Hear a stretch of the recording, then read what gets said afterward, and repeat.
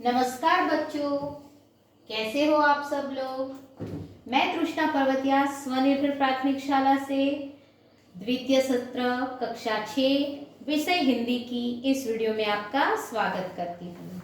बच्चों, हमने हमारी पिछली वीडियो में द्वितीय सत्र की हमारे जो प्रार्थना काव्य इतनी शक्ति हमें देना दाता की शुरुआत की थी। उसमें हमने शब्दार्थ और कविता आदि कविता का अनुवाद एवं भाषांतर और भावार्थ देखा था, बराबर है। आज हम हमारी जो बाकी कविता है उसका अनुवाद और भावार्थ देखेंगे और समझेंगे। तो चलो बच्चों, अब हमारी अभ्यास की ओर आगे बढ़ते हैं। कविता 1, इतनी शक्ति हमें देना दाता। बच्चों, हमारी पिछली वीडियो में हमने आगे के जो हमारी ये पंक्तियां हैं, बराबर, उसका अनुवाद और उसका अर्थ देखा था। अब हम हमारी आगे की कविता की ओर बढ़ते हैं। तो देखते हैं हम हमारी आगे की कविता का अर्थ और उसका अनुवाद एवं भावार्थ। हम न सोचे हमें क्या मिला है, हम ये सोचे किया क्या है अर्पण। फूल खुशियों के बाटे सभी को, सबका जीवन भी बन जाए मधुबन। अपनी करुणा का जल तू बहा के, कर दे पावन हर एक मन का कोना। क्या कहा गया है इस पंक्ति में कि हम न सोचे हमें क्या मिला है। हम ये कभी न सोचे हमें कि हमें क्या मिला है। हम बस यही सोचे कि हमने दूसरों को दिया क्या है। फूल खुशियों के बाटे सभी को, हम अपनी खुशियों के फूल सब में बांटे। सबका जीवन भी बन जाए मधुबन, और सबका जीवन उपवन सा सुंदर बन जाए। अपनी करुणा का जल तू बहा के, कर दे पावन हर एक मन का कोना। ईश्वर से कहते हैं, हे ईश्वर, तू अपनी करुणा का जल बहाकर हम सबके मन का हर कोना पवित्र कर दे, बराबर। भावार्थ हमने अभी देखा, इसका अनुवाद देखते हैं गुजराती में। हमने सोची हमें क्या मिला है, અમે એમ કદી પણ ન વિચારીએ કે અમને શું મળ્યું છે। हम ये सोचिए किया क्या है अर्पण, અમે બસ એટલું જ વિચારીએ કે બીજાઓને શું આપ્યું છે। ફૂલ ખુશીઓ કે બાંટે સભી को, અમે પોતાની ખુશીઓના ફૂલ બધામાં વહેંચી દઈએ। सबका जीवन भी बन जाए मधुबन, અને સૌનું જીવન उपवन જેવું સુંદર બની જાય। अपनी करुणा का जल तू बहा के, हे ईश्वर, तू પોતાની કરુણાનું જળ વહાવીને कर दे पावन हर एक मन का कोना, અમારા સૌના મનનો દરેક ખૂણો पवित्र बनाने दे, बराबर है बच्चों। आगे की पंक्ति का भावार्थ और अनुवाद देखते हैं। हम अंधेरे में है रोशनी दे, खो न दे खुद को ही दुश्मनी से। हम सजा पाए अपने किए की, मौत भी हो तो सहले खुशी से। कल जो गुजरा है फिर से न गुजरे, आने वाला वो कल ऐसा होना, बराबर है बच्चों। हम अंधेरे में है रोशनी दे, यानी कहते हैं, हे ईश्वर, हम अज्ञान के अंधेरे में हैं। खो न दे खुद को ही दुश्मनी से, तू हमें ज्ञान की रोशनी दे। हम अंधेरे में है रोशनी दे, खो न दे खुद को ही दुश्मनी से, बराबर। हे ईश्वर, हम अज्ञान के अंधेरे में हैं, तुम हमें ज्ञान की रोशनी दे। हम एक दूसरे से दुश्मनी कर अपने आप को मिटा न डाले। हम सजा पाए अपने किए की, हे ईश्वर, अगर हम गलत है अथवा तो हमने गलत काम करे तो हमें उसकी सजा, बराबर, सजा मौत भी मिले तो हम खुशी से मंजूर कर लेंगे। हम सजा पाए अपने किए की, मौत भी हो तो सहले खुशी से, यानी कहते हैं कि हे ईश्वर, अगर हम गलत काम करें तो हमें उसकी सजा मौत भी मिले तो हम खुशी से उसे सह लेंगे, मंजूर कर लेंगे। कल जो गुजरा है फिर से न गुजरे, कल जो बुरी घटनाएं हुई है वे फिर न हो, आने वाला वो कल ऐसा होना, और आने वाला कल बीते हुए कल जैसा बुरा न हो। अनुवाद देखते हैं बच्चों। हम अंधेरे में है रोशनी दे, खो न दे खुद को ही दुश्मनी से। હે ઈશ્વર, અમે અજ્ઞાનના અંધારામાં છીએ, તું અમે જ્ઞાનનો પ્રકાશ આપ। અમે એકબીજા સાથે દુશ્મનાવટ કરીને પોતાનો નાશ ન કરી દઈએ। हम सजा पाए अपने किए की, मौत भी हो तो सहले खुशी से। हे ईश्वर, जो અમે ખોટું કામ કરીએ તો અમને મોતની સજા પણ મળે તો અમે ખુશી ખુશી એનો સ્વીકાર કરી લઈએ। કલ જો ગુજરા હે ફિર સે ન ગુજરે, કાલે જે ખરાબ ઘટનાઓ બની છે તે ફરીથી ન થાય। આને વાલા वो कल ऐसा होना, અને આવનારી કાલ ગઈકાલ જેવી ખરાબ ન હોય। आगे देखते हैं बच्चों। हर तरफ जुल्म है बेबसी है, सहमा सहमा सा हर आदमी है। पाप का बोझ बढ़ता ही जाए, जाने कैसे ये धरती थमी है।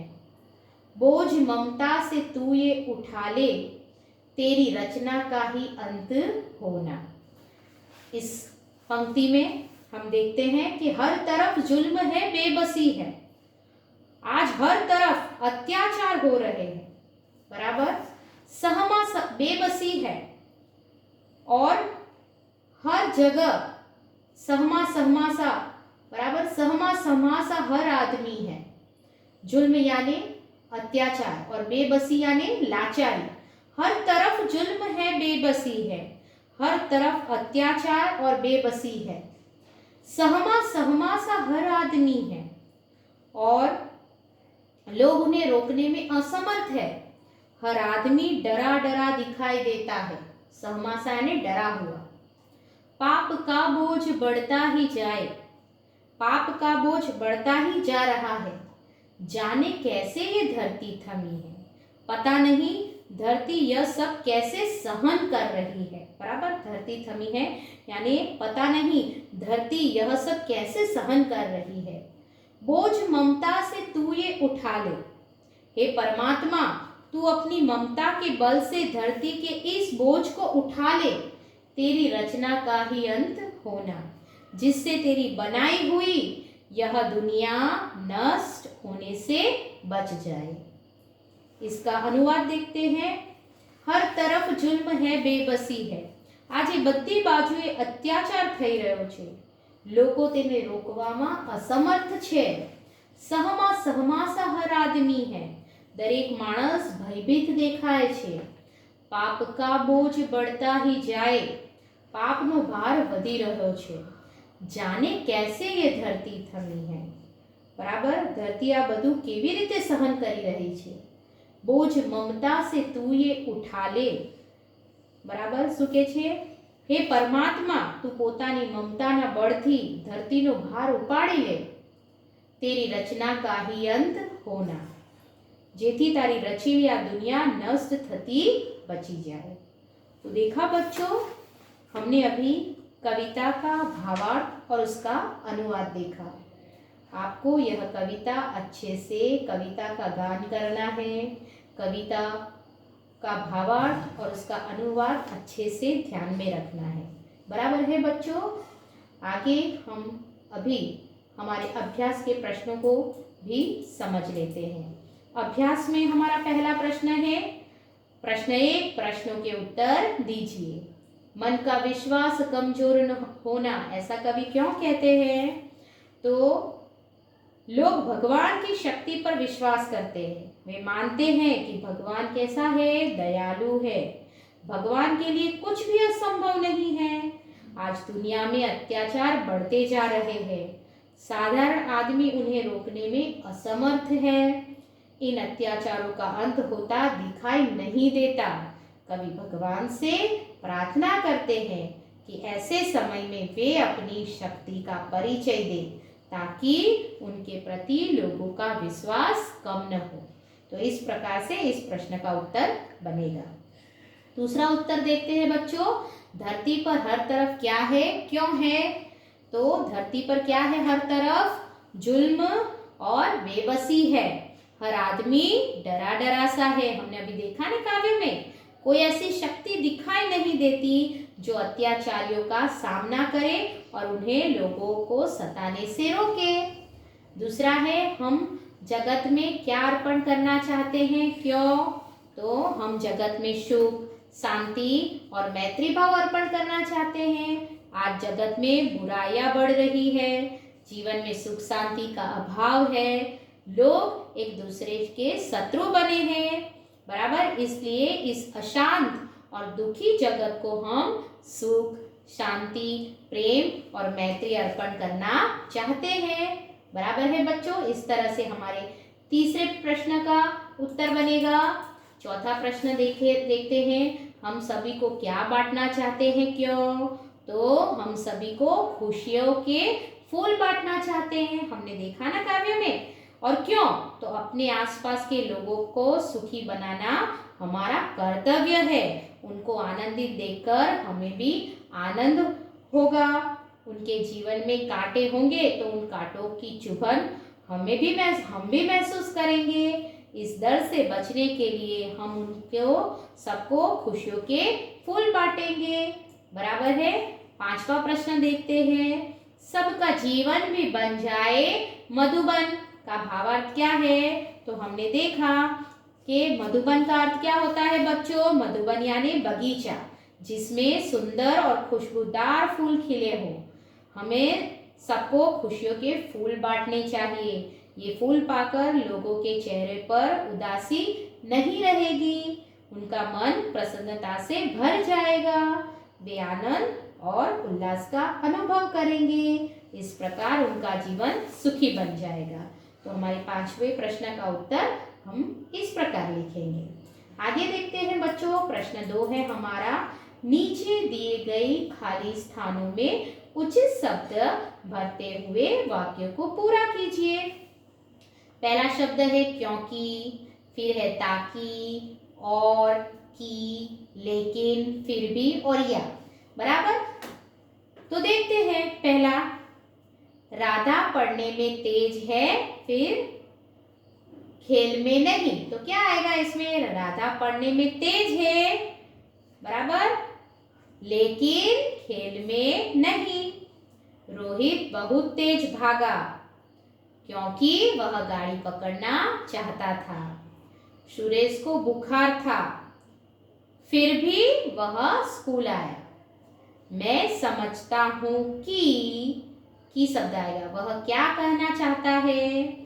आप चाय पसंद करेंगे, फिर क्या आएगा? या कॉफी। मैंने सुबह की पढ़ाई कर ली ताकि शाम को खेल सकूं। अध्यापक रुक गए, और क्या आएगा? और लड़के के बोलने की प्रतीक्षा करने लगे, बराबर है बच्चों। आगे का प्रश्न 3 देखते हैं, निम्नलिखित विषय के बारे में अपने विचार व्यक्त करते हुए चर्चा कीजिए। बच्चों, अगर हम अभी कक्षा में रहते तो हम इस विषय पर जरूर चर्चा करते, बराबर, मगर हम अभी कक्षा में नहीं है, तो इस तरह की चर्चा हम जब भी मिलेंगे तब ऐसे जो विषय दिए हैं उस पर अपनी चर्चा रखेंगे और बात भी रखेंगे, बराबर है।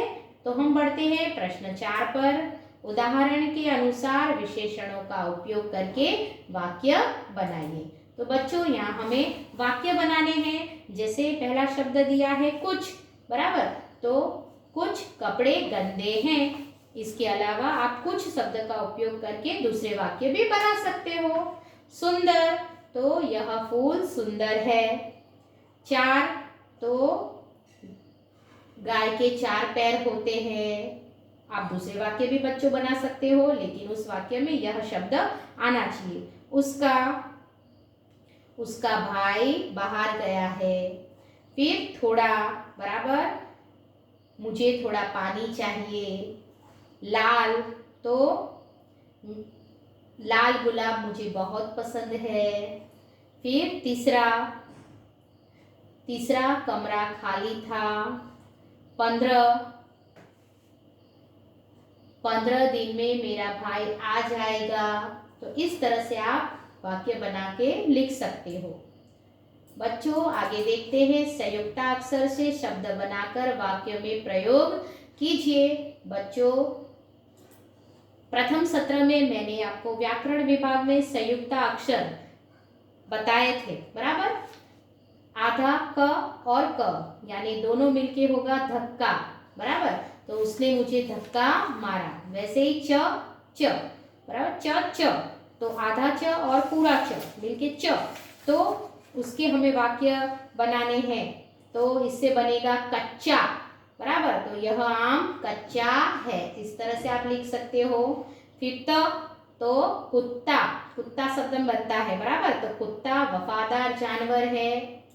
वैसे ही आगे बढ़ते, तीसरा न, तो इससे क्या बनेगा शब्द बच्चों, अन्न में आता है ना आधा न और पूरा न, बराबर। अन्न तो अन्न खेत में पैदा होते हैं। इस तरह से आप वाक्य बना सकते हो। द और ध, बराबर। तो बुद्ध क्या बनेगा, ध, बराबर।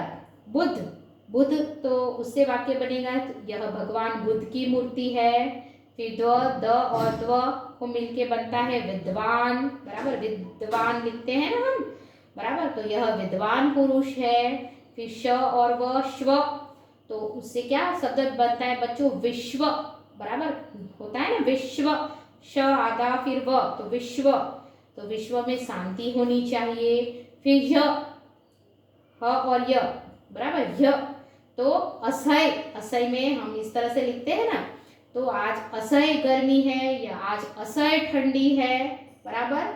और द्म, तो पद्म उसके पद जैसे हैं, बराबर। तो आप इस तरह से शब्द बनाकर वाक्य बना सकते हैं, बराबर।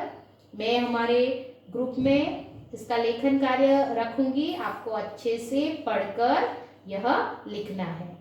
बच्चों प्रश्न 6, तो हमने इस काव्य को टेप रिकॉर्डर के माध्यम से अपनी कक्षा में सुनिए। तो यह काव्य तो मैंने आपको वीडियो भेजी थी और आपने अच्छे से सुनी भी होगी, और इसी प्रकार से आप काव्य गान भी करते होंगे, बराबर है बच्चों। तो देखा, आज हमने हमारी वीडियो में काव्य का अनुवाद और उसका भावार्थ एवं अभ्यास के प्रश्नों के उत्तर देखे। आपको अपनी नोट में जो लेखन कार्य मैं अपने ग्रुप में रखूंगी उसे अच्छे से अपनी हिंदी की नोट में उतारना होगा और साथ में तैयारी भी करनी होगी। अब हम हमारी अगली वीडियो में स्वाध्याय के प्रश्नों को देखेंगे और समझेंगे। आना बच्चों।